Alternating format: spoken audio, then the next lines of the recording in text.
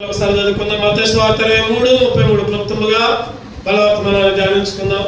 మత్తయి సువార్త 23:33 చదవండి దగ్గరగా. సర్పములారా, సర్ప సంతానమా, నరక శిక్షను మీరు ఎలాగూ తప్పించుకుందరు. సర్పములారా, సర్ప సంతానమా, నరక శిక్షను మీరు ఎలాగూ తప్పించుకుంటారు.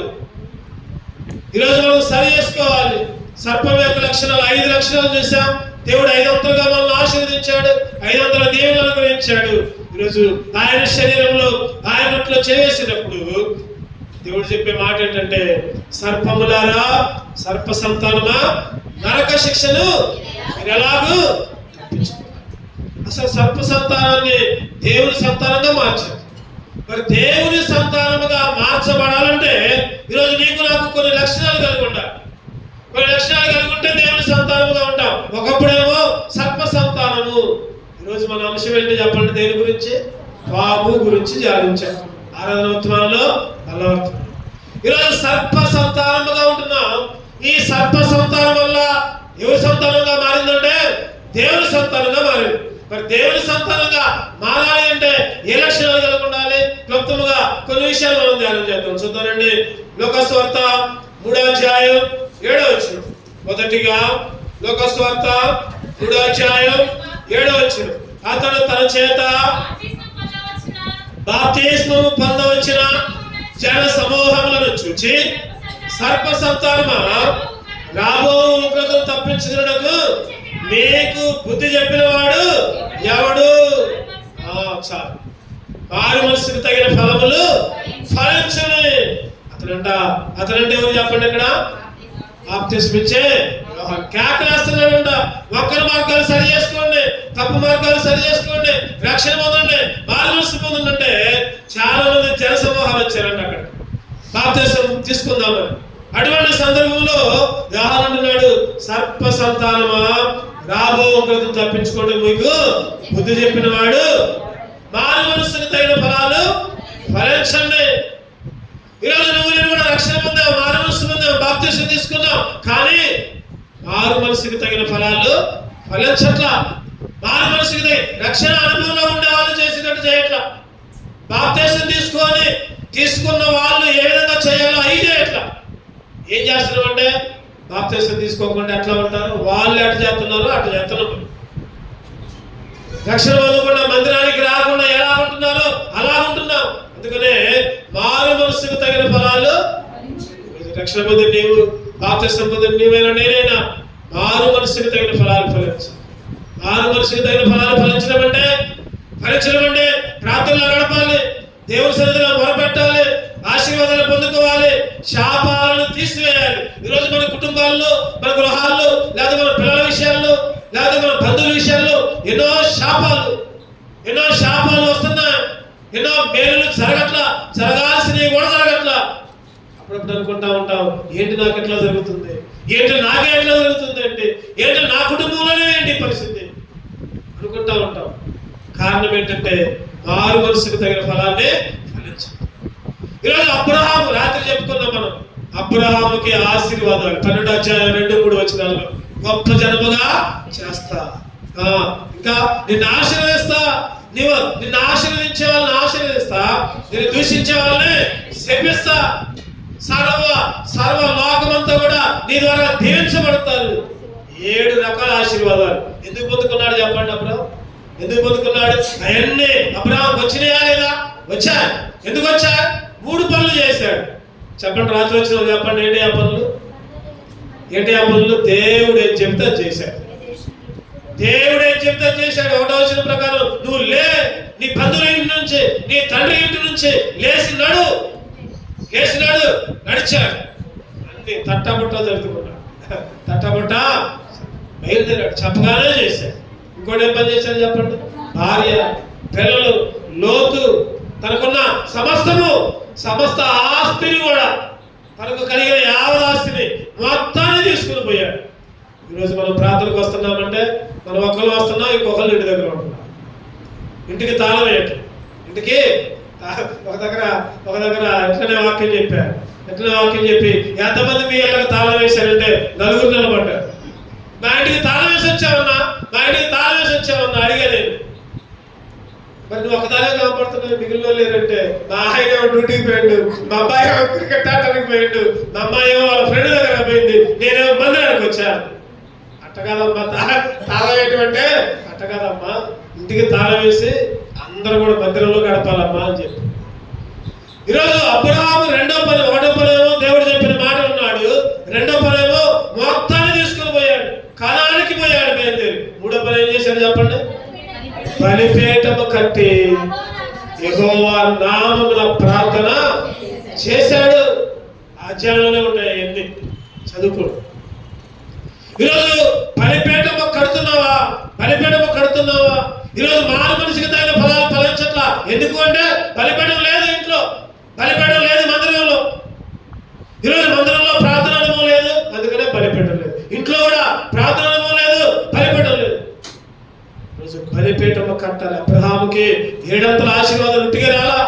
ఈరోజు నీకు నాకు కూడా దేవుడు రావాలన్నా, ఆశీర్వాదాలు రావాలన్నా బలిపీఠాలు కట్టుకోవాలి. ఇంట్లో నువ్వు ఎక్కడైతే ప్రార్థన చేస్తావో అదే బలిపీఠం, ఎక్కడైతే మోకరిస్తావో అదే బలిపీఠం, మందిరంలో నువ్వు ఎక్కడైతే మోకరిస్తావో అదే నీకు ఒక బలిపీఠం. ఆ బలిపీఠాలు కట్టుకోలేకపోతాం, అందుకనే ఆశీర్వాదాలు పొందుకోలేకపోతాం, అందుకనే దేవుడిచ్చే దేవుళ్ళు పొందుకోలేకపోతున్నాం. మారు మనసుకు తగిన ఫలం రాబో ఉగ్రత నుంచి నువ్వేళ తప్పించుకుంటావు. ఈరోజు నీకు నాకు అదే ప్రశ్న. అయ్యా అయ్యా నీకు ఒక గుర్తుపెట్టుకో, నీకు ఒక సవాల్ గుర్తుపెట్టుకో. రాబోయే ఉగ్రత నువ్వు తప్పించుకోవాలంటే మారు మనసుకు తగిన ఫలాలు మన ప్రార్థనకే రావు, ఆదివారాలు ఆరాధనకే రావు, దేవుడికి దూరంగా ఉంటాం. మన ఇష్టమైతే వస్తున్నాం, లేకపోతే లేదు. ఏడ ఆశీర్వాదాలు వస్తాయి, ఏడ దీవులు వస్తాయి. ఎక్కడ అన్ని సైతాను నెత్తి మీదకి వచ్చి కూర్చోండి. సైతాను మన ఇంట్లో నెత్తి మీదకి వచ్చి కూర్చుంటాం. సైతాను నెత్తి మీద కూర్చుంటే అన్ని చెప్పండి, అన్ని అపశకునాలే, అన్ని అపశకునాలు, అన్ని రోగాలే, అన్ని బాధలే, అన్ని సమస్య. ఏడు చూసిన సమస్య. రక్షణ పొందిన నీవు, మారు మనసు పొందిన నీవు మందిరానికి రాకుండా ఎక్కడికి పోతావు? మారు మనసుకి తగిన ఫలాన్ని శనివారం ప్రార్థనకు రాకుండా, బుధవారాలు సంఘ ప్రార్థనకు, నియమం కొడుకులు, ఉపవాస కొడుకులకి సరే వాడికి రాబోయిన కనీసం ఆదివారం అన్నా మందిరంలో గడపలేకపోతున్నావు. బాప్తిసం తీసుకున్నావు. ఈరోజు ఎందుకు సైతాను నీ ఇంట్లో కార్యం జరిగిస్తుందంటే నువ్వు మారు మనసుకి తగిన ఫలించలేకపోతున్నావు, నువ్వు దేవునిలో గడపలేకపోతున్నావు, దేవుని పొందుకోలేకపోతున్నావు. మొదటిగా చెప్పండి, ఏం కావాలి? మారు మనసుకు తగిన ఫలాలు ఫలించాలి. రెండవదిగా చదవండి, అప్పుడే నువ్వు దేవుని బిడ్డవే, లేకపోతే సైతాను బిడ్డవే, సర్పం బిడ్డవే, సర్ప సంతానమే. మత్తయి సువార్త 12:34. రెండవదిగా చదువుకున్న మాట చదువుతారండి. మత్తయి సువార్త 12:30. సర్ప సంతానమా, మీరు చెడ్డవారయ్యండి, ఎలాగో మంచి మాటలు పలుకుదురు, చెడ్డవారయ్యండి. సర్ప సంతానం అయితే చెడ్డవారిగా ఉంటారు, దేవుని సంతానం అయితే మంచివారిగా ఉంటారు. చెడే అంతా, లోపలంతా చెడే, హృదయం అంతా చెడే, మనసంతా కల్మషం అయిపోయింది. ఈరోజు రక్షణ పొందాం, మారు మనసు పొందాం, బాప్తిసం తీసుకున్నాం, అయినా లోపలంతా చెడే, లోపలంతా పగ. పైకేమో మంచిగా ఉంటాం, లోపలేమో మంచిగా ఉంటాం, లోపలంతా పగ. పైకేమో ఆ పాము ఏం చేస్తుందంటే నేడేస్తుంది. పాము మంచి ఎండ, బాగా ఎండకుంది, ఆ పాము మంచిగా నిలబడి పడగ ఎట్లా విప్పేసరికి ఏం కనబడదు, కింద ఏడ కనపడింది, కప్పనుకుంది కదా. ఈ ఎండలో ఎంతసేపు ఉండాలి అనుకుని భలే నేడుందని ఆ నీడలో పోయింది. ఆ నీడ ఏం చేసిందంటే మింగేసింది. పాము ఏం చేసింది? ఈరోజు నీడలో ఉంటున్నాం, పాము నీడలో ఉంటున్నాం. అబ్బా బాగుందిలే, చెడే తీయగా ఉందంట. చెప్పండి, చెడు ఎట్లా ఉంది? తీయగా. ఈరోజు లోపలంతా చెడే, పైకి మాత్రం బాగానే ఉంటుంది. అందుకనే యోసేపు అన్నలు యోసేపు మీద పగబట్టిరి అని ఉంటుంది. మరింత పగబట్టిరి, మరీ పగబట్టిరి. అది కాడ 39 అనుకుంటా చూస్తే పగబట్టిరి, మరింత పగబట్టిరి. కారణం లోపలంతా ఏముందంటే లోపలంతా చెడు ఉంది, లోపలంతా చెడే. ఈరోజు నీకు నాకు కూడా లోపల పైకేమో ఒక స్వభావం, లోపలేమో ఇంకో స్వభావం. పైకేమో ఇంకొకలా ఉంటాం, లోపల మనిషిని చూస్తే అసూయ, మనిషిని చూస్తే పగ, మనిషిని చూస్తే కుళ్ళు, కుతంత్రం అన్నీ ఉన్నాయి. ఆ రోజు కూడా హామాను పగబట్టాడు ఎవరి మీద? చెప్పండి. హామాను పగబట్టాడు ఎవరి మీద? మొర్దెకై మీద. హామాను పగబట్టాడు. చివరికి ఏమైంది చెప్పండి? హామానే ఉరిపోయే మీద. సౌలు పగబట్టాడు ఎవరి మీద?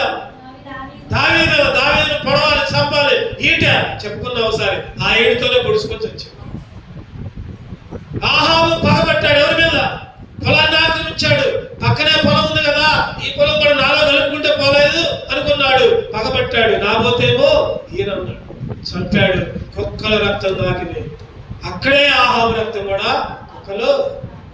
ఈరోజు పగ పైకి మాత్రం మంచిగానే ఉంటున్నాం, లోపలేమో పగ. వాళ్ళంట వీళ్ళంట ఒకదాని మీదనో ఇంకో పేరు మీదనో తిట్టడం, దూషించడం. ఇంట్లో గంట చుట్టాలు వస్తే ఏం చేసిందంటే ఎల్లారు ఏం చేసింది, వాళ్ళేమట్లా ఏం చేసింది చెప్పండి మీకు తెలుసు కదా ఏం చేసింది? అట్లు ఎత్తేస్తుంది, ఈ ఎట్లు ఎత్తేస్తుంది, ఆ పిల్లగాడి తిడుతుంది, ఆ పిల్లలు తిడతాం. వాళ్ళేమో ఇక లాభం లేదురా బాబు, పొమ్మని లేక పొగబడుతుందిరా బాబు, ఏమంటే నా పని అయిపోయింది పోయినారు. ఈరోజు నువ్వు నేను కూడా ఎంతో అసూయ, పగ, ఎదుటి వాళ్ళ మీద కోపాన్ని, ఒకరు మంచుకుంటే వాళ్ళని ఎంతను. ఈరోజు పాలు చెడ్డ లక్షణం, చెడ్డవారే ప్రభా, ఈ మధ్యాహ్న కాలంలో నన్ను క్షమించాయా, నేను కూడా చెడిపోయాను, నేను కూడా పగతో ఉన్నాను, నా హృదయంతా పగే ఉందయ్యా, నన్ను క్షమించాయని దేవుణ్ణి అడగాలి. మొదటగా మారు మనసుకు తగిన ఫలాన్ని పొందేటట్టు చేయాలి ఆయన. రెండోదిగా చెడ్డ స్వభావాన్ని తీసేయాలి. మనిషి కంట నిలువెల్ల విషయం. పాముకి ఎక్కడ ఉంటుంది విషయం? పాముకి ఎక్కడ ఉంటుంది? తలలో ఉంటుంది. తేలిక ఎక్కడ ఉంటుంది విషయం? తేలిక ఎక్కడ ఉంటుంది? కొండలో ఉంటుంది. మనిషికి పద్యం కూడా ఉంది. ఏంటిదా పద్యం? తల నుండి విషము పనికి వెలయగా తోక నుండి వృచ్చి కంపునకు కనులకు నిలువెల్ల విషయమే గదరాస్తుంది. వృచ్చికం అంటే తేలు, తోకలో ఉంటుంది. ఫని అంటే పాము, తలలో ఉంటుంది. కలుడు అంటే మనిషి, పైనుంచి కింద దాకా. తల నుండి తోక నుండి, తోక నుండి తలలో ఉంటుంది. మొత్తం విషయమే. చెడ్డ స్వభావాన్ని తీసివేయాలి. దేవుని బిడ్డగా ఉన్న నీవు ఇంకా ఎవరి గురించి అయినా చెడ్డగా ఆలోచిస్తుంటే, చెడ్డ స్వభావం ఉంటే తీసేసి. మూడోదిగా చూద్దానండి, కీర్తనలు 58:5.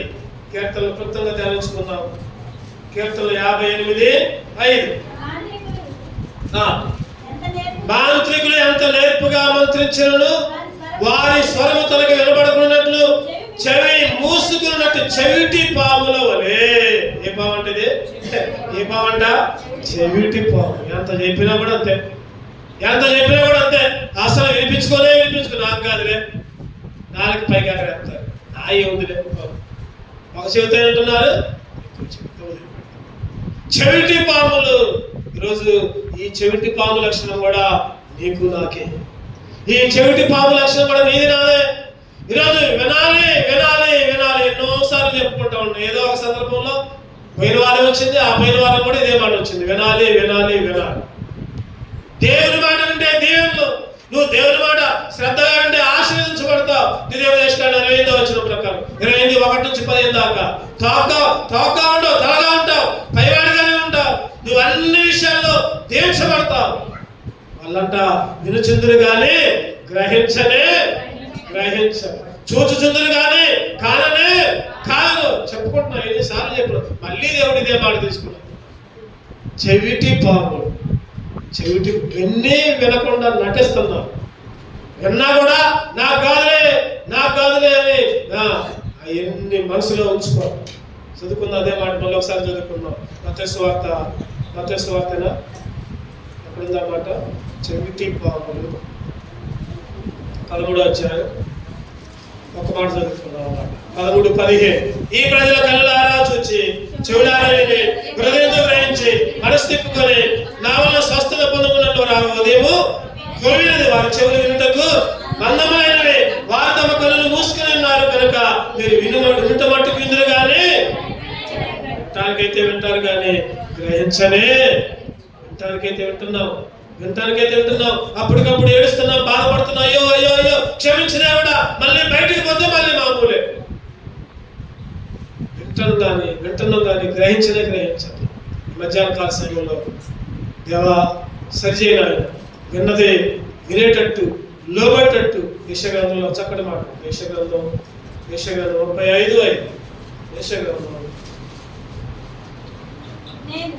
నేను 35:5 గుడ్డివారి కళ్ళు తెరవబడును, చెవిటివారి చెవులు విప్పబడును. చెవిటివారి చెవులు విప్పబడును, కుంటివాడు దుబ్బివలే గంతులు వేయను.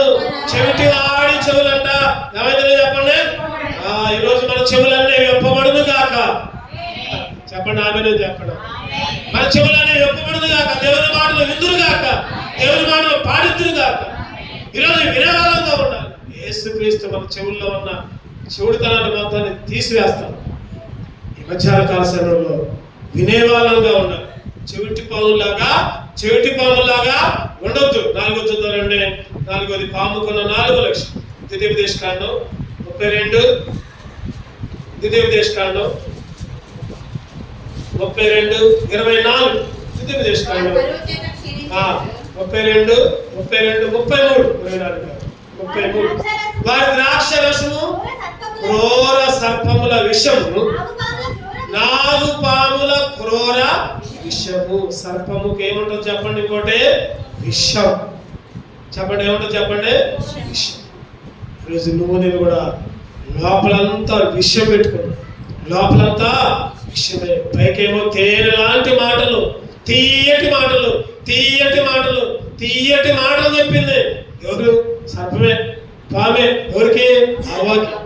అవ్వకి తీయటి మాటలు చెప్పింది. అబ్బా ఆ పండు ఎంత తీయకుంటుందో, ఎంత రమ్యంగా ఉంటుందో, ఆ పండు తిను, నువ్వు దేవదూతలావు తీయగా చెప్పింది. వశపరచు. తీయటి మాటలు. ఆ రోజు తెలియని దగ్గర కూడా సంస్థలు పోతే తీయటి మాటలు చెప్పింది. తొడ మీద పడుకోబెట్టింది, లోకంలో కలిసినట్టు చేసింది, గుండు చేసి పడేసింది. ఏం చేసింది చెప్పండి? గుండు చేసిందా లేదా? బలవంతా వెంట్రుకల్లో ఉంటే వెంట్రుకలు మొత్తం తీసివేసి శత్రువులకు అప్పచెప్పి, ఈరోజు సైతాను నీకు నాకు కూడా లోపలంతా విషం పెట్టుకొని పైకి ఏం చేసింది చెప్పండి? తీయటి 140 కీర్తన 143. పాము నాలుగు వలె వారు తమ నాలుకలు వాడి చేయరు, వారి పెదవుల కింద చెప్పండి ఏముందంట? పెదాల కింద సర్పం. పాము నాలుకలు అంట. పామున అక్కడ ఒక మాట మాట్లాడితే అక్కడ ఒకటి. నేను ఎందుకన్నా అంట? నేను అసలు అంట. మళ్ళీ బకాయించడం, మళ్ళీ అబద్ధం అంట. పాము నాలుకలు అంట. పాము నాలుగు వలె వారు తమ నాలుకను వాడి చేయరు, వారి పెదవుల కింద. నీ నాలుకలు నా నాలుకలు ఎట్లా ఉన్నాయి? మనుషుల దగ్గర ఫలానప్పుడు అటు నేనే ఆట మాట్లాడంట. అసలు నేను ఎందుకు మాట్లాడతాట? మళ్ళీ మర్చిపోతాను. గుర్తున్నా కూడా నేను అటు మాట్లాడలేదని అబద్ధాలు చెబుతాను. పాము నాలుకలాగా పెదాల కింద సర్ప. ఆ రోజు ఒక భక్తుడు, ఒక సేవకుడు శిష్యుల్ని పంపిస్తాడు. వండండి, ఆకలేసి వండండి, అన్ని వండండి. తినే లోపల ఏమొచ్చింది చెప్పండి? తినే లోపల విషయం కనపడుద్ది. అయ్యా కొండలో విషయం ఉందయ్యా. ఏ సందర్భంలో ఇది? ఎక్కడ చెప్పండి? ఈ మాట ఎక్కడ ఉంటుంది? ఏ సందర్భంలో ఉంటుంది చెప్పండి? చెప్తారు ఎవరన్నా? చెప్పిన వాళ్ళకి ప్రైజ్. ఏ సందర్భంలో, ఎవరు అనేది ఈ మాటలో నాకు ఇప్పుడే గుర్తుకొచ్చింది ఈ మాట. ఏ సందర్భంలో? 2వ రాజులు చదవండి మాట. 2వ రాజులు 4వ అధ్యాయం 40 వచ్చు. తినుటకు వారు వండింపగా ప్రవక్తల శిష్యులు రుచి చూచి, దైవజనుడా కొండల విషయంలో కేకలు వేసి దాన్ని తినక వారికి అతని పిండి కొంత తెమ్మలను వారి తేగ కొండలో దాన్ని వేసి జనులు భోజనం చేయటకు వడ్డించడం చెప్పారు. వడ్డింపగా కొండలో మరి ఏ జబ్బు కనబల్ల. ఒకప్పుడేమో కొండలో మొత్తం విషమే, కొండ నిండా విషమే. తిన్నారు, కేకలేసారంట, అయ్యా విషముందయ్యా, ఎవరు తినమాకండి. తినేదల్లా పాలు వేశారు. ఎప్పుడైతే పిండి దమ్మన్నాడు, ఈరోజు నీ కుండలో నా కుండలో కూడా విషం ఉంది. ఏ కొండ చెప్పండి? కొండ అంటే ఏంటి? హృదయం అనే కొండ. హృదయం అనే కొండలో విషం పొగల తగ్గుతూ బయటకు వస్తుంది. అయ్యి అప్పుడప్పుడే బయటకు వస్తాయి. ఎప్పుడు రావు బయటకు. అప్పుడప్పుడే తగాదాలు వచ్చినప్పుడే, ఏదన్నా సందర్భం వచ్చినప్పుడే విషయాలు పొగలు కక్కింది. ఈ మధ్యనే మన వారంలోనే విశాఖపట్నంలో ఉక్కు కర్మాగారంలో స్టీల్ ప్లాంట్ లో ఏం జరిగింది చెప్పండి? ఇది చూసారా? వార్తలు చూస్తున్నారా? ఏం జరిగింది? అదంతా దగ్గర 1300 డిగ్రీల సెల్సియస్ వేడి చేశారు. ఉక్కుని కరిగిస్తున్నారు. ఉక్కు కూడా కరిగి ద్రవంలాగా మారిపోద్ది. అటువంటి ద్రవము ఒక్కసారి పొర్లి మీదపడేసరికి మాడి మసైపోయారు. 8 మంది అక్కడికక్కడే చచ్చిపోయారు. అనుకోకుండా ఆ ఫ్యాక్టరీ పెద్ద ఫ్యాక్టరీ. రోజుట్లానే పోయారు పనికి, రోజుట్లానే పని చేస్తున్నారు, రోజుట్లానే వేడి చేశారు. కరెంటు కరిగి ద్రవంగా మారింది. అది ఉంచినప్పుడు కొద్దిగా తేడా వచ్చింది, మనుషుల మీద పడది. అక్కడికక్కడే ఈరోజు విషపకుండా, నీకు నాకు విషపకుండా అదేమో బయటకు కనపడుతుంది, ఇదేమో బయటకు కనపడట్ల. అప్పుడప్పుడే బయటకు వచ్చింది, అప్పుడప్పుడే పొగలు కక్కింది. ఈ కుండలోంచి విషయం పోవాలంటే ఏవేయాలి చెప్పండి? కుండలో పిండి వేయాలి. ఏవేయాలి? పిండి వేయాలి. ఆ గోధుమ పిండి వేయాలి. ఆ గోధుమ రొట్టె జీవాహారాన్ని నీ కుండలో వేసుకో. ఈరోజు విషయమంతా అక్కడ ఉంది. చివరిలో ఒక మాట ఉంది, జనులు భోజనం చేయండి వడ్డించని చెప్పి, వడ్డింపగా కుండలో చెప్పండి. ఉందా విషయం ఏమన్నా? ఈరోజు ఎప్పుడైతే పిండి నీ హృదయంలో వేస్తావో, దేవుని శరీరము, దేవుని రక్తం, యేసు శరీరము, యేసు రక్తము నీ హృదయంలో పడితే చాలు, నీ హృదయంలో ఉంటే చాలు. అంటే తిన్న తర్వాత కూడా పాపాలు చేసేవాళ్ళు చాలా సరి చేసుకోవాలి. ఎప్పటికప్పుడు సరి చేసుకోవాలి. ప్రభా విషయాలు తీసివేయాలి. ప్రభా నీ పిండి అయినా ఈ పిండి వేసి తీయగా మార్చయ్యా, నా హృదయం అందరికీ తీయగా మార్చు. చివరికి 5 చూద్దామండి, సమయం లేదు. మత్తయి సువార్త 10వ అధ్యాయం 16 వచ్చి మత్తయి సువార్త 10:16. ఇదిగో తొడేల మధ్య గొర్రెలు పంపినట్లు నేను మిమ్మల్ని పంపుచున్నాను కనుక పాముల వలె వివేకులను, పాముల వలె నిష్కపటులు నయుడి. పాముల వలె ఏం కావాలి చెప్పండి? వివేకము. పాములకి వివేకం. పాములు చాలా తెలియగలయండి. అంటే ఇందాక చెప్పుకున్నాం మన ఆరాధన వాళ్ళు, పాము యుక్తి కలిగింది. ఆ యుక్తి ఎటువంటి యుక్తి అంటే కుయుక్తి.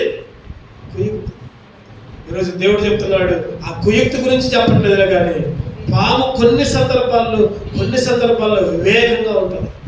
పాముకు చెవులు ఉంటాయి. అసలు చెవుడు పాముకి అనుకుంటాం, అయ్యో పాము వచ్చింది కలిసిద్దని మనం భయపడతాం. పాము కూడా భయపడి తప్పించుకోవడానికి పారిపోతా ఉంటుంది. పాము కూడా భయపడింది. అరే ఎన్నోసార్లు ఈరోజు వివేకము లేకుండా ఉంటున్నాం మనం. వివేకం ఎక్కడ ఏ మాట మాట్లాడాలో తెలియట్లా, ఎక్కడ ఏం చెప్పాలో తెలియట్లా. సమయానుకూలముగా మనల్ని మనం సిద్ధపరచుకోవాలి. ఒకసారి ఆయన ఒక సేవకుడు ఏం చేశాడంటే వీధి సువార్త చేసుకుంటూ పోయాడు. అక్కడ ఏమైందంటే ఒక పెద్ద గుడి వచ్చింది. ఆ గుడి దగ్గర సేవకుడు చెబుతున్నాడు కదా, ఇగో ఈ రాళ్ళు, ఇగో ఇటు నమ్ముకుంటే నరకానికి పోతారు. చెప్పొచ్చా మాటలు? చెప్పొచ్చు. అక్కడే పోయి ఆ మాటలు చెప్పొచ్చా? అందుకనే వివేకం ఉండాలనేది సేవకుడు. అందుకనే బుద్ధి ఉండాలనేది సేవకులకి. విశ్వాసులు కూడా బుద్ధి ఉండాలి. ఎక్కడ ఏ మాట మాట్లాడాలో, ఎక్కడ ఏ మాట ఉపయోగించాలో ప్రార్థన చేయి. అంతేగాని బాహాటముగా చెప్పదు. కొన్ని సందర్భాల్లో ఎక్కడ పడితే అక్కడ చెప్పకూడదు. పాముల్లాగా అబ్రహాం అన్నాడు, శారాన్ని తెలిసిపోయి చెప్పండి ఏం చెప్పండి? ఆ రాజు శారాన్ని చూసి పెళ్లి చేసుకుంటేమో లాక్కుంటేమో నా భార్యని చెబితే నీకెందుకు రాని నిన్ను చంపి అబ్రహాం చంపి ఆ శారాన్ని ఉంచుకున్నాడే అనుకొని ఏమైనా అబద్ధం అన్నాడు. చెల్లి అని చెప్పాడు. ఏమన్నా చెల్లి శారా కూడా చెప్పాడు, మా అన్న అని చెప్పు అంటే అబ్రహాం అబద్ధం ఆడిండా అనుకో. అబద్ధం ఆడిండు అబ్రహాం? చెప్పండి. అబ్రహాం అబద్ధం ఆడు. నిజంగా చెల్లె శారా చెల్లె. ఎట్లా చెల్లంటే బైబిల్ ప్రకారం ముస్లింల ఆచారం ప్రకారం చెల్లెళ్ళనే పెళ్లి చేసుకుంటారు. ఇప్పటికీ కొన్ని గృహాల్లో ఉంటుంది ఈ ఆచారం. ఇప్పటికీ కొంతమంది పెళ్లి చేసుకుంటారు, చెల్లెలనే పెళ్లి చేసుకుంటా ఉంటారు కొంతమంది. ఆ రోజు ఆది కాలంలో జరిగింది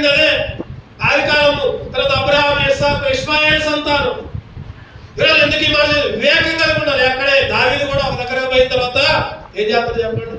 ఆకీష్ రాజు దగ్గరే పోతాడు. ఒక ఇశ్రాయేల్ రాజు ఎక్కడికి వచ్చిండు అని అంటే దావీదు ఏం చేస్తాడంటే సొల్లంతా కార్చుకుంటాడు, గడ్డ మీద ఉమ్ము దాచుకొని పిచ్చోళ్ళలాగా యాక్షన్ చేస్తాడు. ఎట్లా? పిచ్చోళ్ళలాగా. వాడు పిచ్చోడు, గొలియాతును వాడెందుకు చెప్పిండు? గొలియాతును ఎందుకు అని చెప్పిండు? పిచ్చోడు అయితే ఆ పిచ్చోడు తెచ్చి దావీదు అంటారేంటి? కాదు. ఎందుకు ఈ మాట చెబుతున్నానంటే ఈరోజు ఎక్కడ ఏ మాట మాట్లాడాలి, ఎవరి దగ్గర ఎట్లా ఉండాలి, అన్యులతో ఎట్లా ఉండాలి, క్రైస్తవులతో ఎట్లా ఉండాలి, బంధువులతో ఎట్లా ఉండాలి నేర్చుకో. దేవునికి అవమానం లేకుండా జీవించు, వివేకముగా జీవించు. పాము వివేకము కలిగి, పాము మొన్న గురువారం మరి బుధవారం స్కూల్లో బుక్స్ వస్తే బుక్స్ తీసుకొని వాళ్ళు స్కూల్లో పెట్టా. సాయంత్రం 4:30 అయితే చల్లటి వాతావరణం, బైక్ మీద వస్తున్నా. ఒక పాస్టర్ గారు ఫోన్ చేశాను. నేను 4-5 సార్లు కట్ చేశాను. తర్వాత ఇంటికి పోయి చేద్దాం లేదు, ఒకటే ఫోన్ చేస్తుంటే ఎందుకని ఆగా, మాడితోటం దగ్గర ఆగా, బైక్ అక్కడ పెట్టా, దిగా, ఫోన్ చేస్తా మాట్లాడుతాను. ఇంతలో ఒక పెద్ద తోటలోంచి పెద్ద పాము వచ్చింది. తోటలోంచి నేను దాన్ని చూడాల. నేనేమో బైక్ వెనక టైర్ దగ్గర నిలబడి అదేమో ముందు టైర్ మీద నుంచి పోతాను.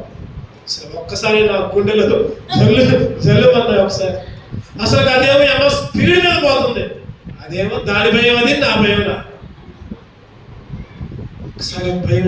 ఆ పాము రోడ్డుకి సగం బాగుంది, సగం లావు ఉంది, ఏమో స్పీడ్ మీద పోయింది. వామ్మో అనుకున్నాను. ఈ వెనక టైర్ కాకుండా ముందు టైర్ మీద వస్తే పరిస్థితి ఏంటారు నిజంగా. అంటే నేను ఎందుకు చెప్తున్నాను ఈ మాట? పాము యుక్తి కలిగింది, పాము వివేకము కలిగింది. తప్పించుకున్నది. అపాయం వస్తే అదేం చేస్తుందంటే తప్పించుకున్నది. చిన్న సందున్న ఆ సందులో కూడా దూరింది. ఎవరో చెప్పారు నాకు, ఆ సందులో పెద్ద పోరాట పడుతుందంటే ఆ సందులో ఇరికించుకుంటుంది అంట పాము. ఆ చిన్న సందే పాము పట్టకపోయినా పాము తను సన్నగా చేసుకొని ఆ సందులోకి పోతుంట. మనం అనుకుంటాం ఈ చిన్న సందుగా దీంట్లో పాము పట్టలే, ఇటు పోదలేదు అనుకుంటాం, కానీ దాంట్లోకే పోతుంది. ఎందుకంటే పాము వివేకము కలిగిన జంతువు. ఈరోజు క్రైస్తవుడిగా, రక్షణ పొందిన బిడ్డగా ఈరోజు నేను కూడా వివేకము కలిగి ఉండాలి. వివేకము కలిగి ఉండాలి. దేవునికి దూరంగా ఉండకూడదు. మళ్ళీ దేవునితోనే ఉండి ఎక్కడ ఎట్లా ఉండాలో, ఎక్కడ ఎట్లా మాట్లాడాలో నేర్చుకో. 5 అనుభవాలు. చెప్పండి. ఒకటోది పాము మారు మనసుకు తగిన ఫలాన్ని, సర్ప సంతానమా మారు మనసుకు తగిన ఫలాన్ని. ఒకటోది ఫలించుకో. 2 కళ్ళు మూసుకుందాం. మోకరిద్దాం. కళ్ళు మూసుకుందాం, మోకరిద్దాం. ఒక్క నిమిషం. మారు మనసుకు తగిన ఫలాన్ని ఫలిస్తున్నానా లేదా? ఇంకా నా హృదయంలో చెడుందా? పగ, అసూయ, ద్వేషం, చెవిటి పాముల్లాగా అసలు వింటున్నాం కానీ ఏ మాత్రం కూడా గ్రహించాలి. లోపలంతా విషయమే, ఇంకా విషయమే. రక్షణ పొందిన, మారు మనసు పొందిన, ఇంకా విషంతో చూపులు, విషపు మాటలు, విషపు చూపులు, విషపు ఆలోచనలు, వివేకం అస్సలు లేదు. 5 రకాలుగా పాము మనకు గుణపాఠం చెబుతుంది. 5 రకాలుగా. తప్పులు ఒప్పుకుంటే సరే, లేకపోతే రాబో ఉగ్రత నుంచి ఎలాగో తప్పించుకుంటాం. సరి చేసుకుందాం. ముఖ్యంగా చేయగలరు.